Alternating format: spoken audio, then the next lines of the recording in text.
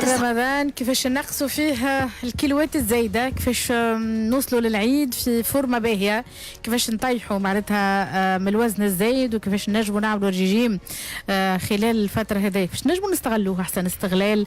نحكيو في الموضوع تفاصيله، يلا توتسويت. سانتي ماج. سعيدة أن تكون ضيفتنا أخصائية التغذية والرجيم علا القرقوري. مرحبا، رمضانك مبروك، أهلا وسهلا. يعيشك، مرحبا بك انت ومرحبا باللي يسمعوا فينا الكل على ديوان اف ام. مرحبا. عادي انه في رمضان فما ناس تزيد في الوزن، عادي طبيعي ولا ايه على الاخر بالطبيعه. فما معناتها رمضان ينجم يكون فرصه باش نزيدوا مش نقصوا في الميزان. فما هلا حالة كي نعرفوا شنو ناكلوا، يعني لازم نزيدوا ميزان بطريقه صحيه للعباد اللي تسمع فينا ويحبوا يزيدوا وزن في رمضان. لازم ناكلوا ماكله صحيه، مش باش ندزوا بالطبيعه على الحلو، خاطر باش نعملوا برشا جريس. باش نعرفوا كيفاش نزيدوا ميسكل في الوقت القصير اللي عندنا باش ناكلوا فيه. باهي، احنا اليوم باش نحكيو كيفاش نقصوا مش كيفاش نزيدوا. باهي، كيفاش نقصوا الكيلوات اللي زدناهم خلال الفتره اللي فاتت. نعرفوا شتاء فتره توكل وناس تاكل في الليل وغيره وزيدوا في الميزان. كيفاش نجموا نستغلوا رمضان باش نحيوا الكيلوات الزايده؟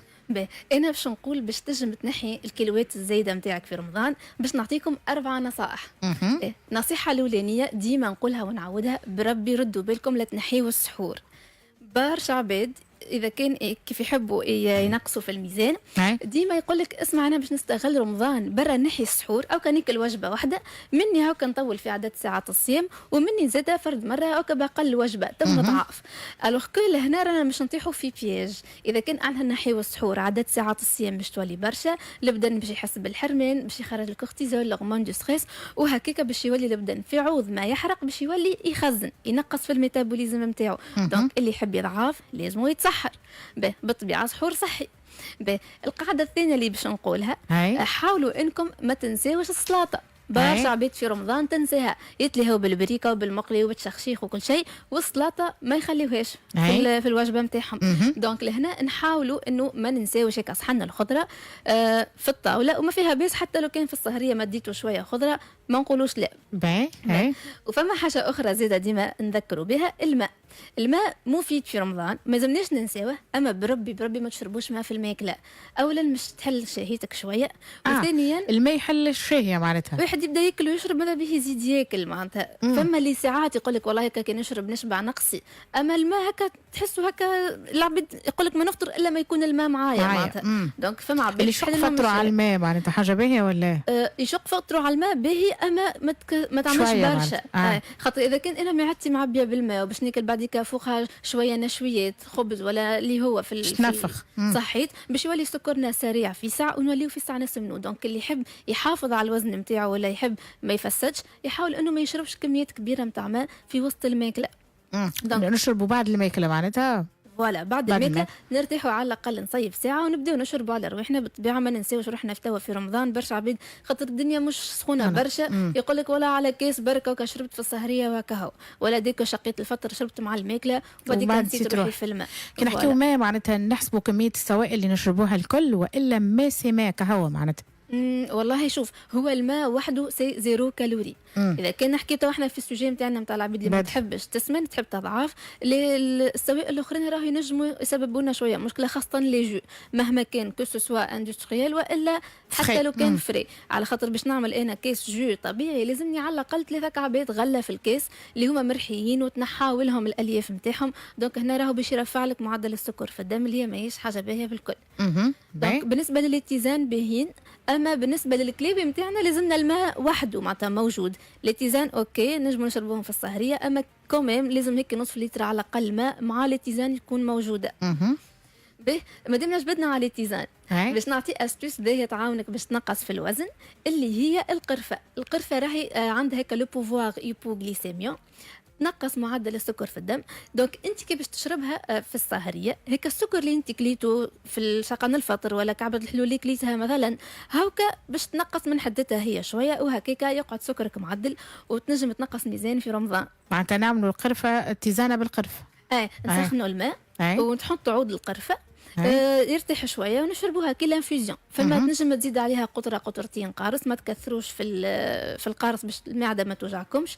وما تعملوش كما برشا عباد يمشي يخلط برشا حاجات في نفس التيزان، هاو القرفه هاو زنجبيل هاو نعناع هاو كمون، كل على بعضه ويبدا يشرب فيهم مع بعضهم. انا نقول كي تشرب كل حاجه وحدها تكون ليفيكاسيتي خير. او كالقرفه تتحسن الامتصاص نتاعها والفاعليه نتاعها بليتو، بالقارص كي نحطوا قارص معاها تكون احسن. راه القرفه مهمه في تنقيص الميزان هكا ولا تعاون باش نتعدلوا السكر نتاعنا باش نجموا احنا نتحكموا في الوزن. وفما النصيحه الرابعه ما قلتش عليها اللي هي سبور. برشا عباد يتيحوا في البياج يقولك انا رمضان وصايم ونتعب اي برا ما نتريناش. يعني بعد ما كنت انت تترينا برشا قبل ما كنت صايم وفي رمضان تقص فجأة على اكتيفيتي فيزيك نتاعك تنجم تولي تسمن. فوالا دونك شنو نعملوا احنا؟ فما هيك الجولدن اور يقولها ساعه ذهبيه قبل سقان الفطر لما حاله مش ناس كل فاضيين، يبدا سكرك ضعيف شويه في الدم، كي تخرج تعمل شويه مارش رابيد ولا تعمل اي حركات حتى في الدار نتاع كارديو، دونك البدن يلقى روحه ما عندوش برشا سكر في الدم، يولي يجبد فيه يستعمل جريس. دونك نجموا نعملوا هيك نص ساعه غير ربع حتى 20 مينوت ما تسالش في الدار، كان تنجم تعمل شويه كارديو فازي اعمل. وبالنسبه للسبور في حضيت يعني ميسكولاسيون والكل نجموا نحطوهم بعد شقان الفطر، واحد يكون كلاب الباهي خذا لي بروتين اللي لازمه باش نجم يترينا على روحه في السهريه.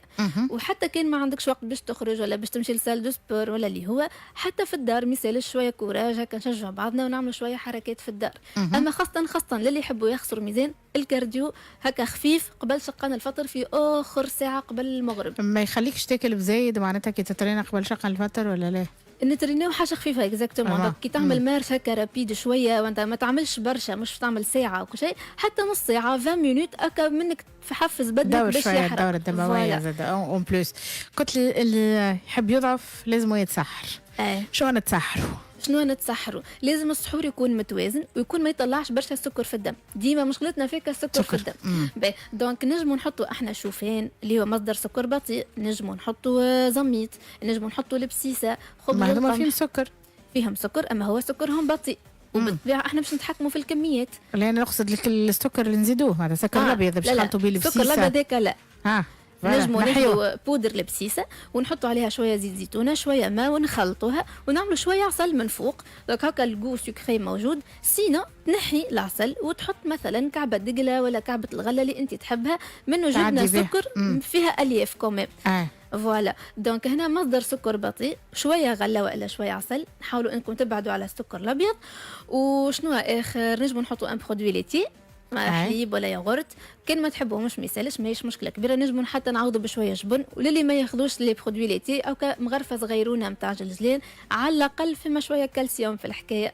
معناتها مش بشرط يعني نقوم انا ناكل سحور معناتها سحور كبير لا ونصب بطاوله نتاع فطور صباح كما برشا ناس معناتها يعمل لك فطور صباح كامل تقريبا ياخذوا في السحور. مش هذا معناتها اللي نحكيو عليه، نحكيو على حاجه خفيفه اما متوازنه. فما عباد يرجع لك للي كان ياكلوا في السهريه مثلا يقول لك ناكل مالح ولا ناكل وجبه رئيسيه هيك متى منك راك باش تزيد في البوا وزيد راهو باش تقلق روحك في الهضم، خاطر الحاجات اللي مدهنه راهي نعرفوا اللي هي تعمل الجير تقلقك في الهضم، باش تحس روحك مكدر نهار كامل، مش تتقلق بالباهي معناتها. دونك هناك حاجه خفيفه، حتى كان حبيت تاكل مالح تنجم تاكل مثلا طرف طاجين ما فيهش برشا بطاطا ما فيهش برشا جبن، يعني حاجه خفيفه. هذوما الناس اللي تحب تنقص في الميزان. فوالا ان شاء الله حصه اخرى نحكيو على الناس اللي تحب تزيد في الميزان ان شاء الله. شكرا دكتوره يفضلك علا قرقوري اخصائيه التغذيه والرجيم، شكرا على حضورك معنا، شهيه طيبه، الى اللقاء. احنا